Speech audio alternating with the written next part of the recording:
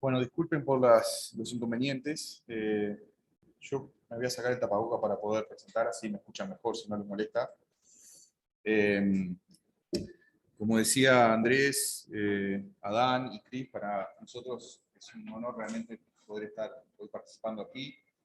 Hace 2 semanas Adán y David estuvieron en Montevideo, dando un curso también allí de superresolución, y fue toda una experiencia muy importante para nosotros y para los estudiantes, así que estamos muy contentos de poder hacer el espejo y venir aquí y contarles de lo que nosotros trabajamos más todos los días. La idea del curso, como dice bien... Sí, sí. Este es el mío, sí. Acá hay otro, ¿se ve este? Como bien dice el título del curso, es trabajar sobre herramientas de microscopía hiperespectral y resuelta en el tiempo de vida, y particularmente con el uso de una herramienta de análisis que se llama gráfico de fasores, que como vamos a ver a lo largo del curso es extremadamente simple y de mucha potencia para analizar datos que muchas veces no son sencillos de proponer modelos, y que eso requiere una gran experiencia en la disciplina, lo cual coarta con la posibilidad muchas veces de acceder a la tecnología, porque uno encuentra una barrera muy grande. Y parte de ese objetivo es también poder hacerlo más accesible a todos. Entonces, en las 2 primeras clases de hoy, la idea es contarles una introducción mínima de la fluorescencia y de la instrumentación necesaria para hacer medidas espectrales y de tiempo de vida. Y en las 2 segundas clases, las 2 segundas charlas, la idea es hablar directamente de tiempo de vida y de microscopía resuelta en el tiempo y su aplicación a básicamente 2 o 3 herramientas. Y mañana la idea es hablar de microscopía hiperespectral, y después vamos a tener prácticos de microscopía hiperespectral, de microscopía resuelta en el tiempo, y vamos a tratar de hacer todo el análisis y que cada uno de ustedes se pueda llevar ese conocimiento. Entonces,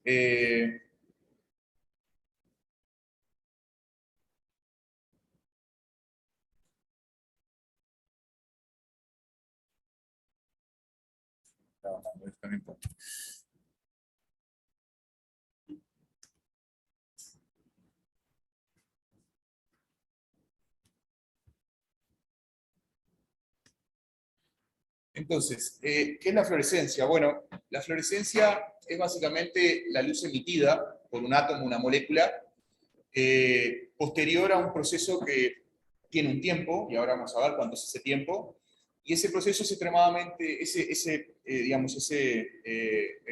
evento de absorción de energía, eh, traslado de esa energía, digamos, de un electrón en estado basal a un estado excitado, todo un proceso de relajación y emisión de esos nuevos fotones, es extremadamente útil porque nos permite entender que existió ese proceso primero que nada, y nos permite en todo este ciclo, que se puede repetir muchas veces hasta que el sistema se rompe, estudiar qué le pasa a nuestra molécula de interés. Una cosa muy importante que ha permitido, digamos, la fluorescencia y el uso de fluorescencia, que, digamos, insisto, que puede ser desde átomos, digamos, hay metales que fluorescen, hasta moléculas orgánicas o proteínas más complejas, etcétera, ahora vamos a ver, nos ha permitido realmente utilizar estas sondas o probes, como se dice en inglés. La mayoría de las transparencias, o todas, están en inglés, pero si alguno tiene dificultades, por favor, me lo dicen y trato de explicarlo más en detalle. Han sido extremadamente potentes para, combinados con la microscopía, desarrollar muchas herramientas que son muy útiles para la bioquímica y la biofísica, para entender los procesos celulares y demás, y más aún, creo que en los últimos 20 años, la potencia con la investigación clínica y diagnóstica, donde ha habido una explosión enorme, digamos, de posibilidades. Entonces, ¿por qué estudiar fluorescencia? Bueno, creo que primero que nada, porque es muy bonito, ¿no? Uno realmente ve colores, ¿no? Y muchas veces los colores dicen mucho más que simple presencia, la existencia de esa molécula, sino que dice de procesos que esa molécula está sucediendo. Y para eso la microscopía espectral mira el color Y para eso la microscopía de tiempo de vida mide los cambios en el tiempo de vida promedio. O sea, trata de entender qué puede hacer. Entonces, eso que les digo es básicamente esto. Si uno tiene una sonda fluorescente, puede medir muchas variables, como la concentración iónica, cambios eléctricos, viscosidades, polaridades, pH, temperatura, y muchas más. Estas son solo un ejemplo. O sea que son realmente sensores de entorno, ¿no? Son moléculas que pueden sensar lo que tienen alrededor. Y particularmente el agregar la dimensión tiempo de vida es muy potente, porque básicamente nuestra sonda fluorescente, nuestra molécula fluorescente, se transforma en algo que sería un cronómetro, ¿no? Uno puede medir cuánto es el tiempo realmente que le lleva a ese electrón volver al estado basal. Y eso quiere decir que qué le está pasando a esa molécula, con quién está hablando, con quién está interaccionando. Lo vamos a ver bien en detalle luego. ¿Cuáles son los instrumentos y para qué se ha utilizado? Bueno, se ha utilizado para muchísimas cosas y yo acá traté de hacer un mero resumen realmente de todas las posibilidades. Pero bueno, alguien hablaba de Single Molecule FRET, bueno, es extremadamente potente porque uno puede medir realmente distancias y luego combinar esas distancias experimentales con los modelados in silico o con las estructuras cristalográficas. Claramente podemos hacer imágenes muy bonitas de células marcando diferentes estructuras celulares y viendo dónde están distribuidas. Más importante, cómo se mueven en el tiempo, cómo dinámicamente cambian. La tecnología, digamos, de expresión de moléculas fluorescentes endógenas, las proteínas, nos han permitido generar animales transgénicos que fluorecen y que nos permiten también entender procesos. Y ha sido extremadamente potente para el desarrollo de drogas, secuenciaciones masivas, etc. La fluorescencia es la base de toda la genómica moderna, ¿no? Desde la cubeta hasta el microscopio podemos hacer ambas cosas. Podemos hacer microscopía espectral, anisotropía, polarización, ahora vamos a ver, hasta medida de tiempo de vida. Y aquí quería hacer una puntualización. Habitualmente cuando miramos a un fluorómetro, un florímetro, está dos maneras de llamarlo. Florímetro tradicionalmente se refiere a un instrumento que resuelve en estado estacionario, o sea, que puede medir cambios de intensidad, ya sea polarización, espectros, etc.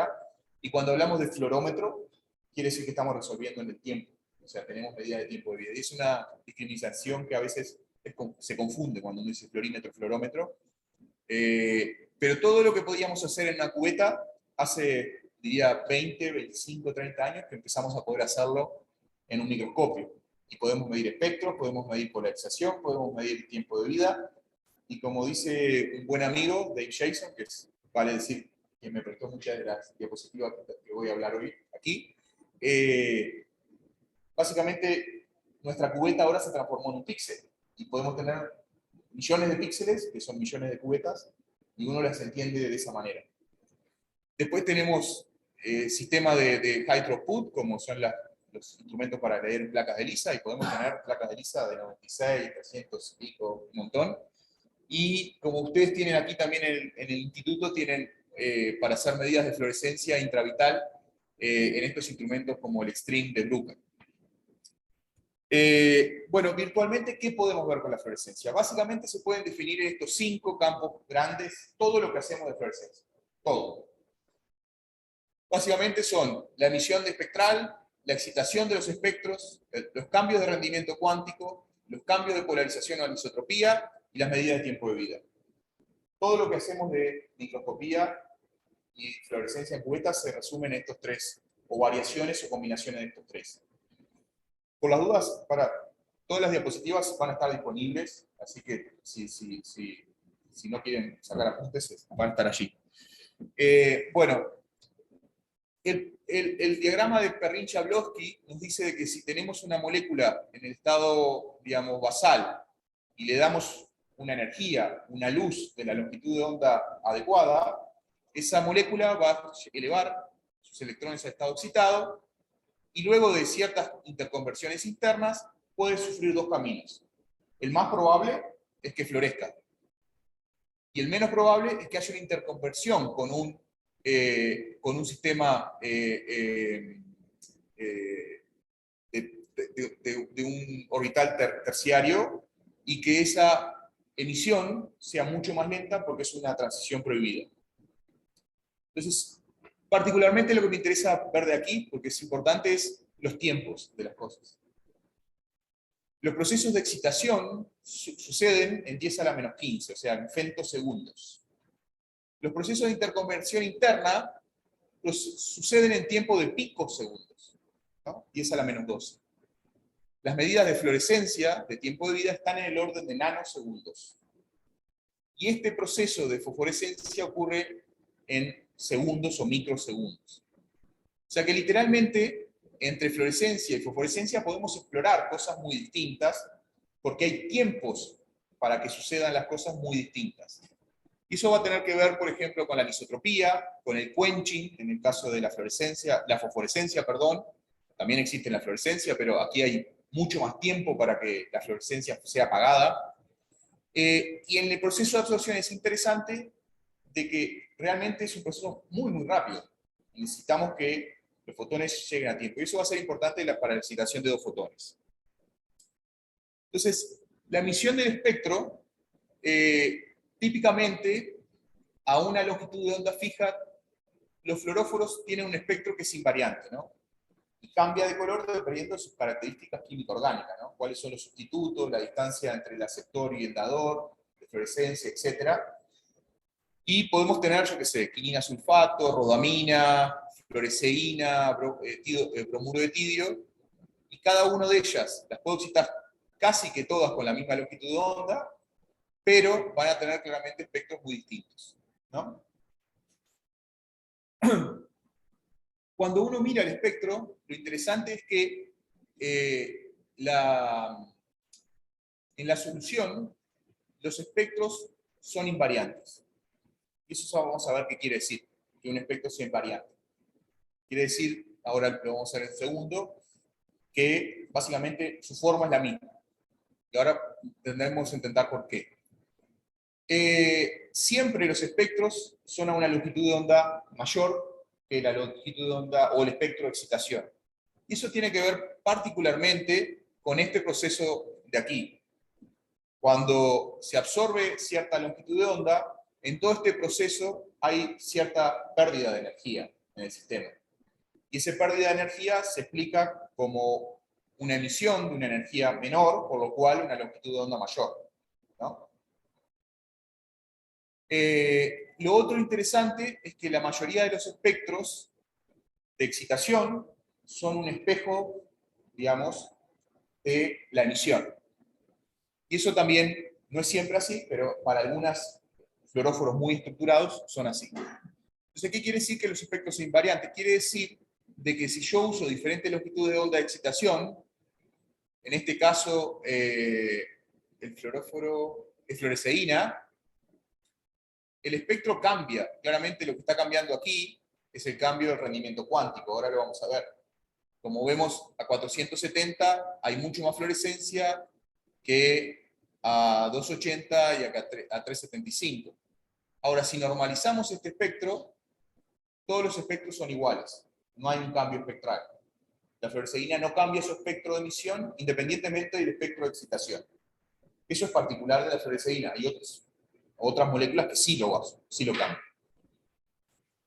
Lo otro que le decía es que el espectro de emisión siempre es a longitud de onda mayores. Y este es un ejemplo, en este caso de una solución alcalina de fluoresceína, donde el espectro de excitación es un poco menor que el espectro de emisión. Y como ven, los espectros de emisión, de excitación, además tienen mucha más información para atrás, digamos. Por eso es que podemos excitar la longitud de onda mucho más bajas de lo que habitualmente usamos también. Por último, acerca de los espectros, lo interesante es este ejemplo de rodamina 101, en el cual literalmente son una imagen especular, ¿no? Claramente son iguales, excitación-emisión. Una cosa interesante es que, bueno, de toda esta información de excitación y de emisión, uno puede sacar información importante del espectro, ¿no? Y de la molécula que uno tiene, porque el espectro de excitación y el espectro de emisión es muy característico de cada fluoróforo. Una idea que surgió hace muchísimas décadas, planteada por Gregorio Weber, que es básicamente uno de los pioneros en la aplicación de la fluorescencia para la biología, un investigador argentino que realmente desarrolló casi que todo lo que le voy a contar hoy aquí, acerca de las medidas de rendimiento cuántico, desarrollo de sondas, medidas de polarización en sistemas biológicos, medidas de quenching, medidas de tiempo de vida, etc. Y Weber planteó la idea de que la excitación-emisión, una matriz, o sea que si yo tomo emisiones a diferentes longitudes de excitación, me permiten hacer una matriz, excitación-emisión, y esa estructura de matriz me permite identificar fingerprint de moléculas con características muy propias. Y este es un ejemplo en el cual una matriz de excitación-emisión, DANS unido a la albúmina, cuando cambiamos la longitud de onda de excitación, nos da diferentes patrones, y lo que estamos viendo es, bueno, en algún punto la excitación directa del ANS, en algún punto la excitación directa del triptofano de la albúmina, y en algún punto el FRET del ANS hacia del triptofano de la albúmina hacia la ANS. Y bueno, se ha utilizado muchísimo, sobre todo cuando se trata de ver contaminantes en agua y en otras cosas. Bueno, cuando hablamos de quantum yield o de rendimiento cuántico, particularmente, ¿de qué estamos hablando? Bueno, Sergei Ivanovich planteó, o fue uno de los pioneros en medir el quantum yield, y lo definió básicamente como el número de fotones emitidos sobre el número de fotones absorbidos, ¿no? Y es básicamente esta fórmula que está aquí. Y eso quiere decir de que si yo puedo medir cuántos fotones le estoy dando a una molécula, y por ejemplo estoy dando 100 fotones, y puedo medir cuántos fotones estoy recibiendo en mi detector, y por ejemplo estoy recibiendo 20 fotones, el rendimiento cuántico de esa molécula va a ser 0,2 o 20%. Y es una medida de qué tan eficiente molecularmente es esa molécula para emitir fotones. ¿Y eso por qué nos es importante, digamos, a nosotros cuando trabajamos en microscopía? Y bueno, porque el rendimiento cuántico y el coeficiente de extinción molar, o sea, la capacidad también de absorber luz a cierta longitud de onda, es muy importante para saber cuánto brilla nuestra molécula. Y cuanto más brille esa molécula, o sea, la multiplicación del rendimiento cuántico con el coeficiente de extinción molar, nos va a decir si la molécula brilla mucho o brilla poco. Y si uno va a elegir un fluoróforo para hacer su experimento, lo que quiere es que brille lo más posible. Primero, para tener sensibilidad, y segundo, si la sensibilidad no es un problema, para elegir el fluoróforo que me permita disminuir la cantidad de luz que estoy poniéndole, y de esa manera tratar de dañarlo menos o utilizarlo por más tiempo. Y eso es muy importante en la microscopía en todos los días, porque siempre estamos compitiendo con que no se apague nuestra luz, digamos, nuestro fluoróforo, ¿verdad?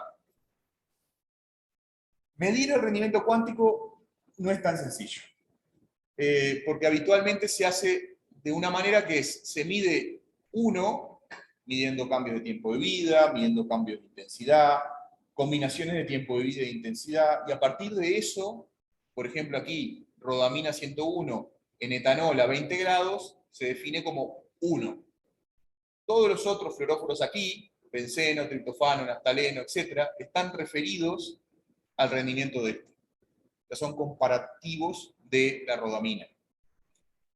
Y hay muchísima literatura para definir cómo medirlo, y es interesante ver que, mirando literatura muy buena, de autores muy buenos, la definición del rendimiento cuántico para la quinina sulfato varía entre 0,5 y 0,7, lo cual no es mucho, pero son casi 20% de cambio, ¿no? Lo cual no es menor. O sea que es algo para tenerlo cuando decide uno qué fluoróforo voy a usar. Otra herramienta importante es la polarización, porque, bueno, nuestra luz, ¿no? La luz que tenemos, la luz de las lámparas, etc., se puede considerar como una propagación, digamos, electromagnética que va variando en todas las posiciones, ¿no? En todos los ángulos, perpendicular al eje de propagación, que es lo que se ve aquí, ¿no? Entonces, si uno pudiera de alguna manera ordenar esa luz, y decir, yo quiero ver solo la luz que tiene una dirección, y yo tengo un fluoróforo que de alguna manera va a aceptar esa luz o no, puedo entender espacialmente cómo está distribuido mi fluoróforo. Y eso es una herramienta muy potente para estudiar, tanto en la cubeta como en el microscopio. Entonces, lo que hacemos con polarización es básicamente eso. Si tenemos diferentes tipos de luz, yo que sé, una lámpara halógena, yo que sé, la luz, etcétera, podemos poner un polarizador, que básicamente habitualmente son cristales de ciertos materiales que cuando la luz pasa, preferentemente selecciona un plano, y puede ser perpendicular o paralela, ¿no? Cuando hacemos eso y tenemos nuestra muestra toda desordenada, pero con cierto grado de libertad para que se pueda mover,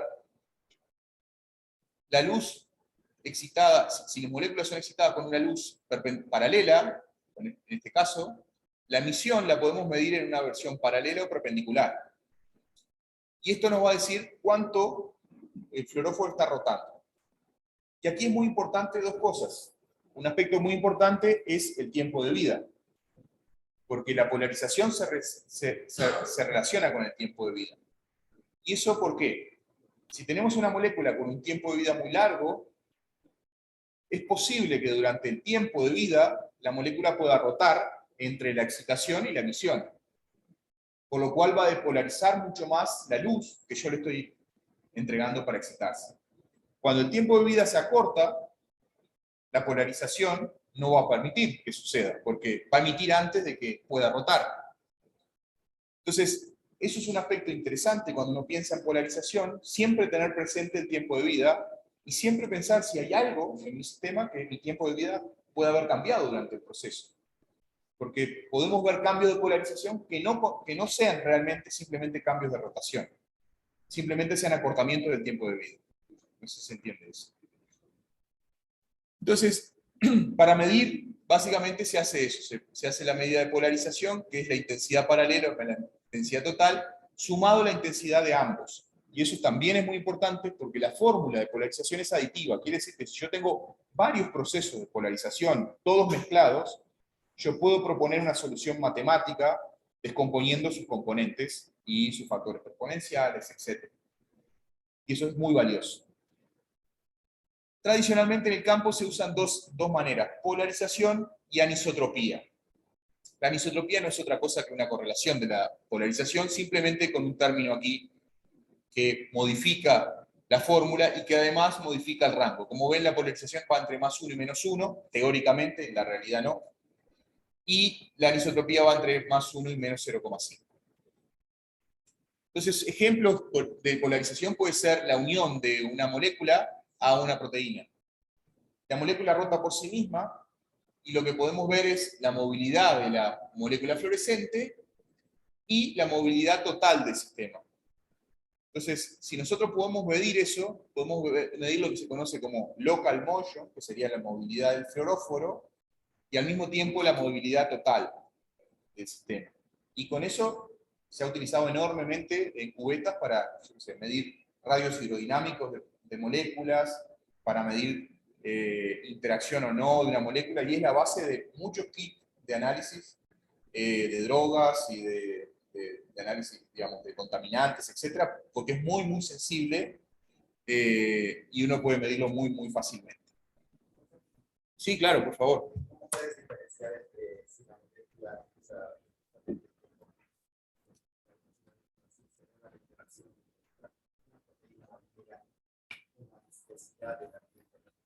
Bien, es una buena pregunta. ¿Puedo repetirla? Sí, sí, claro. Lo que me pregunta, perdón, Luis, lo que me pregunta Luis es cómo podemos diferenciar entre si es un cambio de anisotropía o de polarización o si es un cambio en la viscosidad. Bueno, ahí hay dos cosas. Uno tiene que conocer un poco su sistema y entender si realmente hay procesos que impliquen interacción o no. Una cosa que ayuda mucho es la medida de tiempo de vida, porque si uno mide el tiempo de vida, puede ver si realmente hubo un cambio en el tiempo de vida por la unión o no, y lo que está viendo es un proceso anisotrópico, digamos, de cambio de rotación, o si lo que está viendo es un proceso de cambio del entorno, que sería el cambio de la viscosidad en este caso.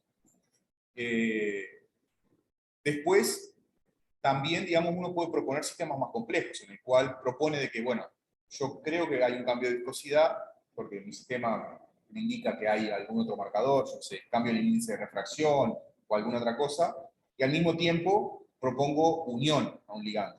Y bueno, en ese modelo cuánto de uno o de otro está sucediendo, ¿verdad?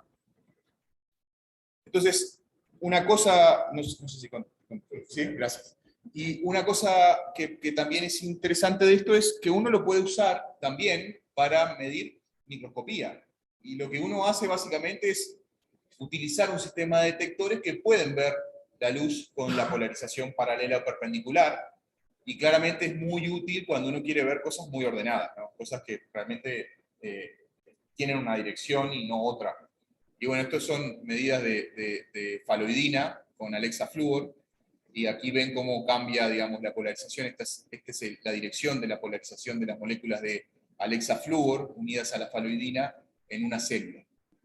Y hay infinidad de aplicaciones muy bonitas. Por último, una herramienta muy importante, y no me voy a tener nada más que un segundo, es la medida de tiempo de vida, por lo que recién le contaba a Luis, porque la medida de tiempo de vida es dependiente de muchas cosas que le pasan a la molécula en estado excitado.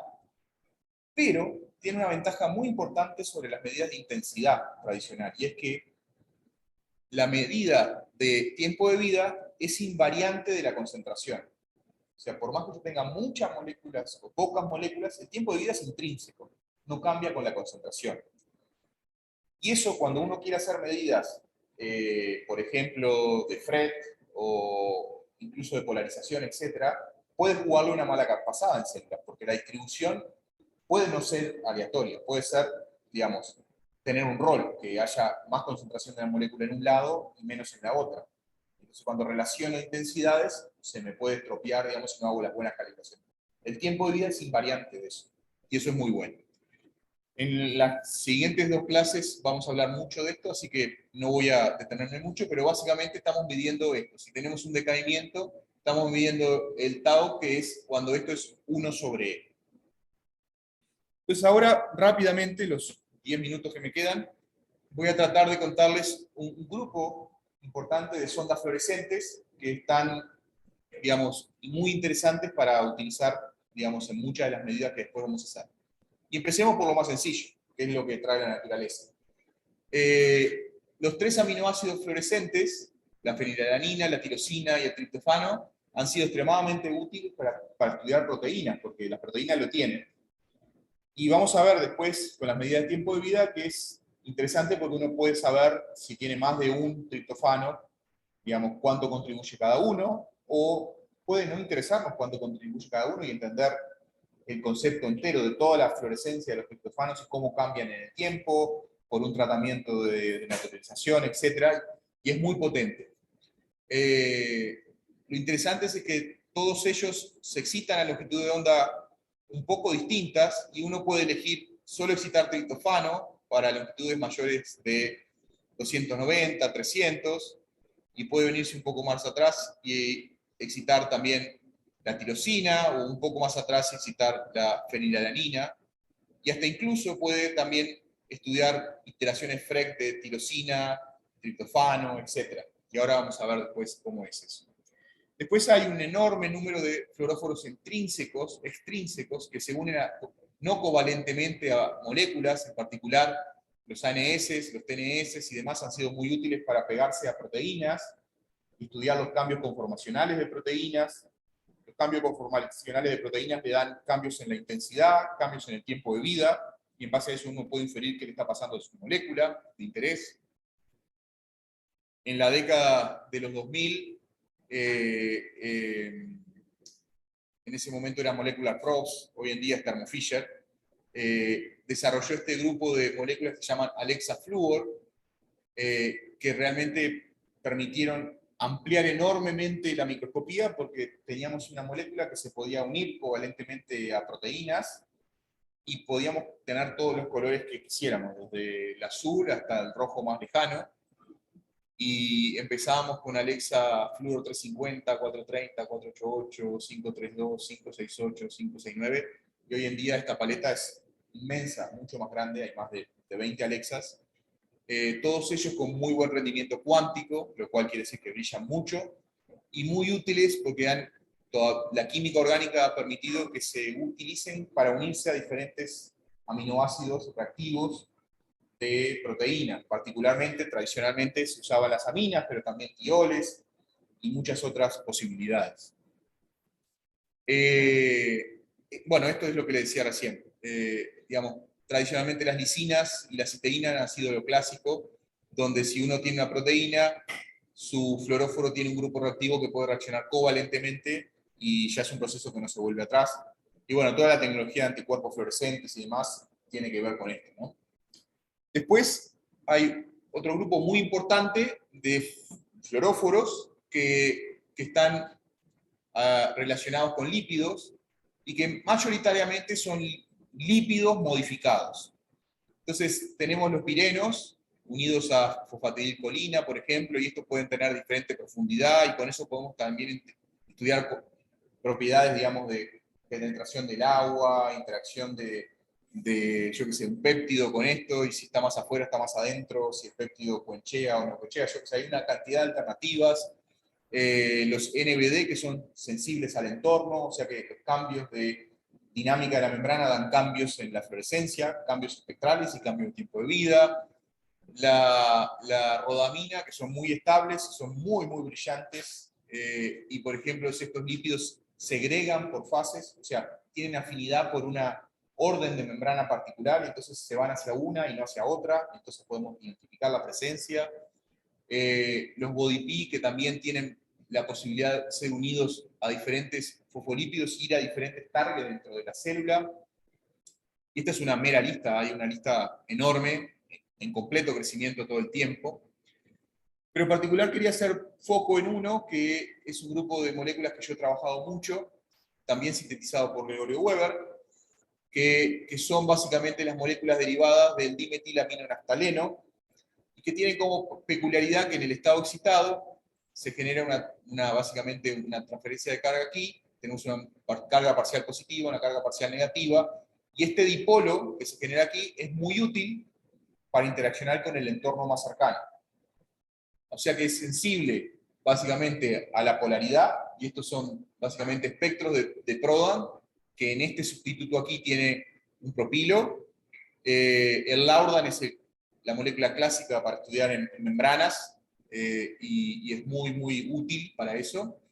Y los cambios espectrales nos dicen dos cosas: cambios en, en el entorno desde el aspecto dieléctrico, ¿no? Constante dieléctrica, y la relajación de moléculas alrededor del dipolo habla de la relajación dipolar. Y eso es particularmente importante en sistemas vivos por el agua. El dipolo más importante que tenemos allí es el agua, y que el agua se relaje o no se relaje nos está diciendo, por ejemplo, si la membrana es ordenada o no ordenada. Si el interior celular es más compactado y hay más crowding allí o menos crowding allí. Entonces, para el caso del Laurdan, que tiene un laurilo aquí, los cambios de fase, una fase gel y una fase glicerina, generan un cambio en el espectro, también un cambio en el tiempo de vida, y eso lo podemos medir y podemos claramente hacer microscopía hiperespectral, microscopía resuelta del tiempo y entender eso. Y es un área de intenso trabajo en nuestro grupo. Yo trabajo hace mucho tiempo desde mi doctorado y continuamos trabajando en eso mucho. Después hay un sinfín, digamos, de sondas fluorescentes para medir iones, ¿no? Para medir metales, para medir moléculas que son muy interesantes para la célula, y tenemos, digamos, el FURA o los INDO, etcétera, que son excitados en el UV, que son sondas radiométricas. Ahora vamos a ver qué quiere decir eso. Sondas que van en el visible, y ahí los más modernos como el Oregon, el Clausen Green, etcétera, han avanzado mucho las posibilidades, que son no radiométricas. Y aquí, por ejemplo, el FURA2 es una molécula que lo que hay que hacer es, se usan dos excitaciones y se mide una emisión y se hace una medida radiométrica de la fluorescencia medida, dependiendo si se excita una longitud de onda a la otra, y el cambio en la concentración de calcio se representa como un cambio en la intensidad, que el fluoróforo ve. Lo interesante es que se ha modificado tanto esta molécula que es posible tunear, o sea, modificar la constante de afinidad por calcio, y en base a eso también estudiar procesos que son de gran, digamos, disparo de calcio o de bajo disparo de calcio. Porque claramente, si uno usa una molécula que tiene una afinidad muy, muy alta por calcio, y estamos en un sistema donde va a haber mucho calcio, se va a saturar enseguida. En cambio, si el opuesto es al revés. Entonces, uno tiene que saber más o menos qué está haciendo para saber cuál de ellos funciona, y como siempre, el ensayo y el error nos enseña mucho. Después, las medidas radiométricas de una excitación y dos emisiones quiere decir que la molécula cambia el espectro de emisión. Y aquí claramente, digamos, se pueden hacer medidas de punto, o sea, medir solamente dos longitudes de onda de emisión, o se puede tomar un espectro, ¿no? Y recomponer todo el espectro. Y aquí también se ha modificado esta molécula del Lindo 1 para tener cambios en la KD, y hay infinidades más. Un punto final acerca de las medidas estas de calcio y los iones, es interesante que lo que les decía recién, en la medida de intensidad, lo que estamos viendo aquí no es otra cosa que una medida de un cambio en el rendimiento cuántico de la molécula, ¿no? El rendimiento cuántico de la molécula nos dice que brilla más o brilla menos. Pero eso mismo, que es el rendimiento cuántico, no es otra cosa que la medida del tiempo de vida, es que el tiempo de vida se está acortando o se está alargando. Y lo interesante de medir tiempo de vida es que es invariante de la concentración. Uno realmente puede asumir que la concentración no me está influenciando en mi sistema. Entonces, esta misma medida que podemos hacer con intensidad, la podemos hacer con tiempo de vida, y aquí ven, digamos, una curva donde luego de hacer un ajuste puede sacar, digamos, mi KD, digamos, en el sistema con calcio. Y eso también se ha usado mucho en microscopía resuelta en el tiempo, no tanto en hiperespectral, pero en microscopía es resuelta en el tiempo. Y quizás lo más cercano en el tiempo, pero ya tiene unos cuantos años, ha sido... Sí, claro, por favor.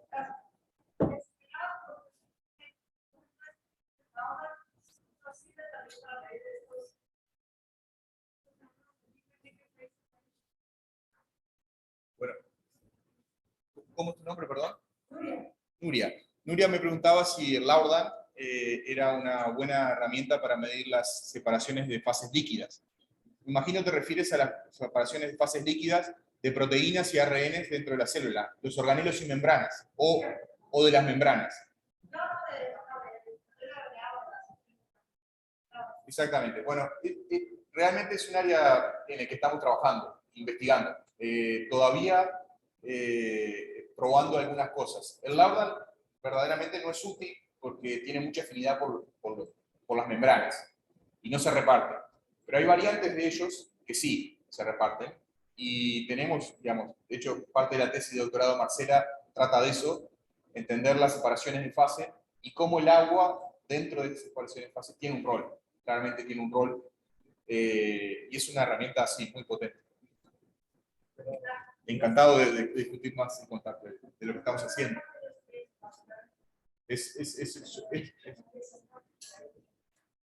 Luis. Pero en el caso, por ejemplo, de la organización. Exactamente. Particularmente es muy, muy potente para eso. Por dos motivos. Porque el Laurdan además tiene una peculiaridad que es muy útil, y es que no tiene afinidad por un orden u otro. Lo cual te puede jugar en contra cuando tú tienes una sonda que va a una u otra. Si va a una, no va a ver la otra. El Laurdan va a las dos. Pero lo que sucede es que el orden de la membrana cambia la disponibilidad del agua que el Laurdan sensa en la interfaz. El Laurdan está un poquito metido adentro de la membrana y sensa un pequeño grupo de moléculas que se llaman agua confinada, que tiene un tiempo de rotación distinto al agua que está, digamos, bulk dentro de la célula, y los cambios físicos de la membrana condicen con cambios en la disponibilidad de agua, y con eso la reacción dipolar y la polaridad que sensa el Laurdan. Y el Laurdan puede medir las dos independientemente cuando medimos tiempo de vida. Entonces, ¿qué es lo que cambia? ¿El tiempo de vida o los efectos? Cambian las dos. Cambia el tiempo de vida y cambia el espectro. Se corren más o menos en membranas biológicas se corre como unos 30, 40 nanómetros, el máximo. Y si medimos más, a longitud más o menos es 440, 480.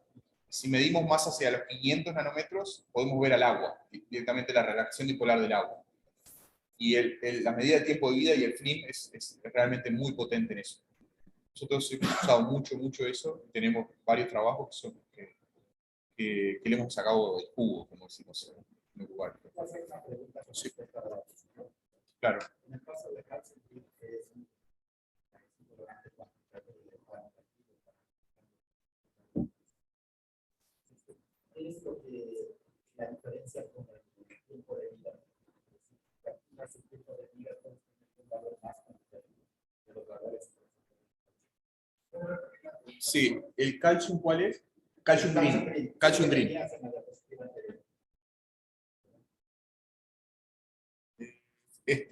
No.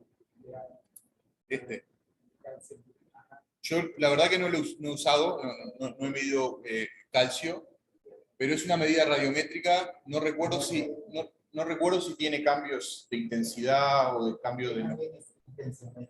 Entonces tiene cambio de tiempo de vida seguramente. Lo importante del tiempo de vida es que uno puede hacer una medida absoluta, uno hasta podría medir la concentración real, digamos, porque, por lo que te decía antes, porque es invariante, digamos, de la concentración.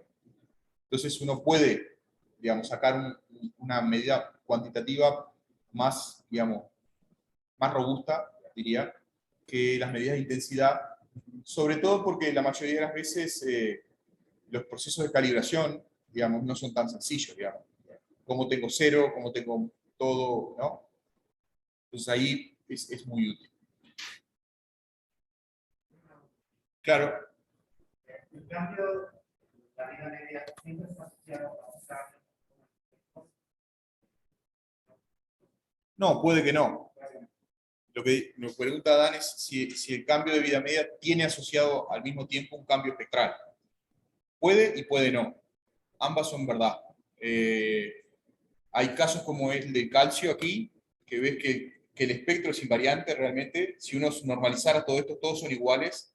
El ANS es otro que yo usé y ves cambios en el tiempo de vida enorme y no hay nada de cambio espectral. Y sin embargo pasa el caso de Laurdan, que uno tiene las dos, cambios espectrales y cambio de tiempo de vida. Sí. Nada.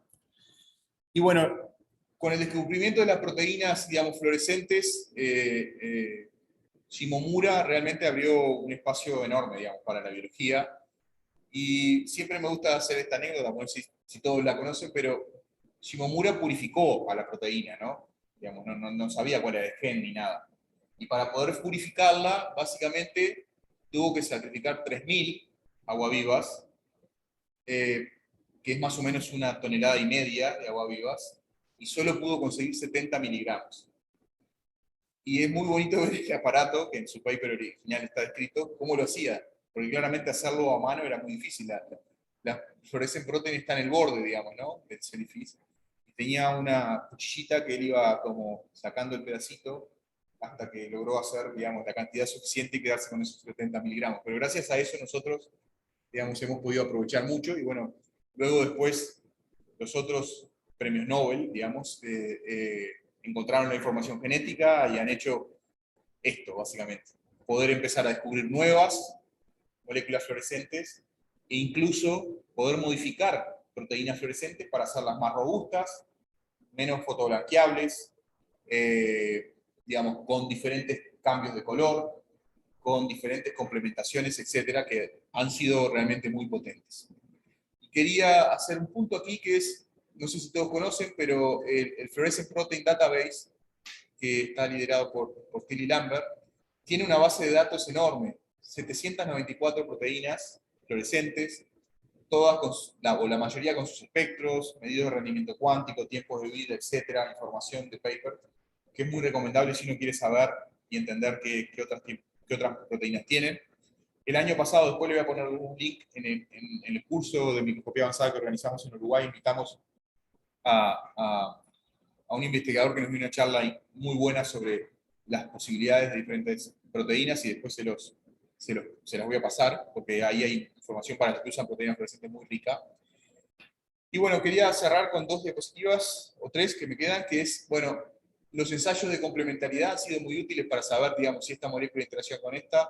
Básicamente podemos partir una molécula fluorescente, una proteína fluorescente a la mitad, y cuando estas dos se unen, se vuelve la fluorescencia, o sea que la ocurrencia de fluorescencia es mediada por la interacción de 2 proteínas de estudio.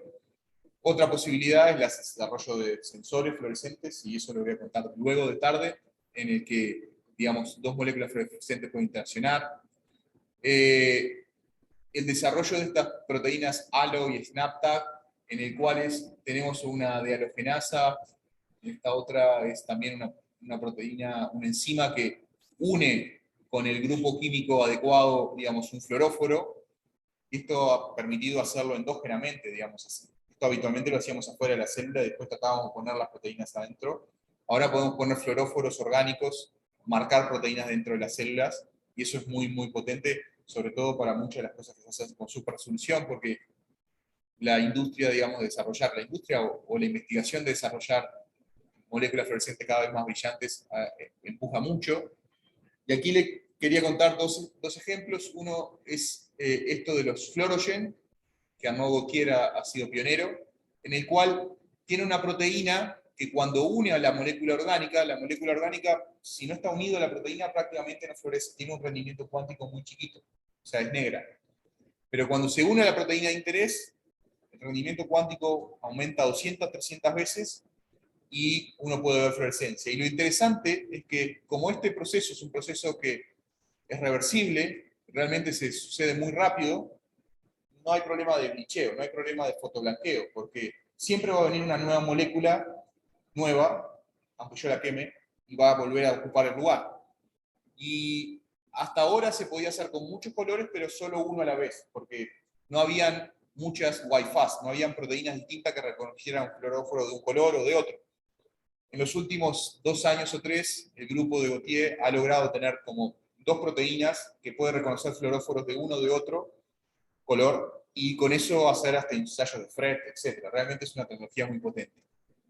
Finalmente, la última diapositiva tiene que ver con estas ondas que son sintetizadas por el grupo de Luke Davis, que se llaman Chanelia Fluor, que han sido una evolución de los Alexa y que realmente tienen rendimientos cuánticos cercanos, digamos, al 1, y más aún tienen coeficientes de extinción muy, muy altos. Entonces, cuando uno multiplica estos 2 números, se hace un número enorme. Quiere decir que las moléculas brillan mucho, y son moléculas muy potentes para todo lo que tiene que ver con superresolución.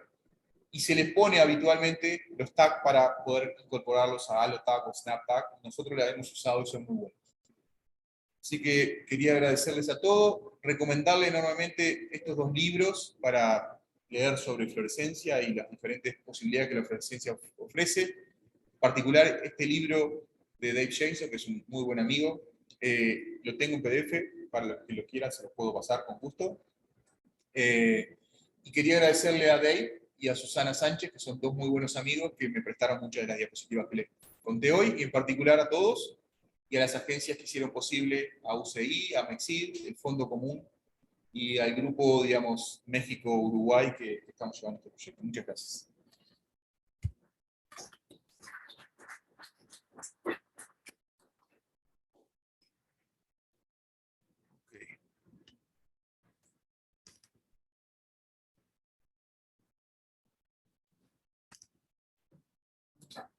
¿Alguna pregunta? Yo tengo una pregunta para los fluoróforos intrínsecos candidatos, estos aminoácidos fluorescentes. La fluorescencia es condicionante solubles, solitos, o también puede ser con un pacto de ¿Tu nombre, perdón? Benito. Benito me pregunta si los fluoróforos endógenos, los aminoácidos en proteínas, solo florecen cuando están, digamos, solubles, o también florecen cuando están dentro de proteínas. Florecen en ambas condiciones. Florecen solubles, o sea, cuando son aminoácidos libres, pero también florecen cuando están en la secuencia aminosídica formando la proteína. Lo más bonito incluso es que, por ejemplo, el triptofano es muy sensible al entorno. Si está en solución, va a tener un tiempo de vida y un espectro, y si está dentro de una proteína, dependiendo si está en la periferia o en el core central, también tiene un cambio de tiempo de vida y un cambio espectral. Y eso se ha usado desde décadas atrás como una herramienta muy, muy potente para entender plegado de proteínas, por ejemplo, o interacción de dos proteínas, o de un ligando no fluorescente a la proteína y que cambia la conformación. Es extremadamente potente. Es muy difícil hacer microscopía con los aminoácidos endógenos. Por dos motivos, porque florecen muy poco, tienen rendimientos cuánticos muy bajos, y dos, porque la mayoría de la óptica que usa los microscopios no es transparente a la luz ultravioleta que necesitamos para excitar estos fluoróforos, ya sea en la excitación como en la emisión. Sin embargo, en la última década han habido algunos ejemplos de microscopía de 3 fotones, en el cual podemos usar un láser con 3 veces la longitud de onda de excitación de un triptofano, o sea, 300 nanómetros, o sea, 900 nanómetros. Y si uno tiene un sistema muy, muy peculiar, donde tiene muchos triptófanos, por ejemplo, un virus, uno puede verlo y puede medir, yo qué sé, la presencia, la concentración. Y el grupo de donde yo hice mi postdoctorado lo utilizaron para medir, por ejemplo, el virus que no me acuerdo ahora exactamente cuál, pero un virus que querían ver cómo interaccionaba con algo y demás.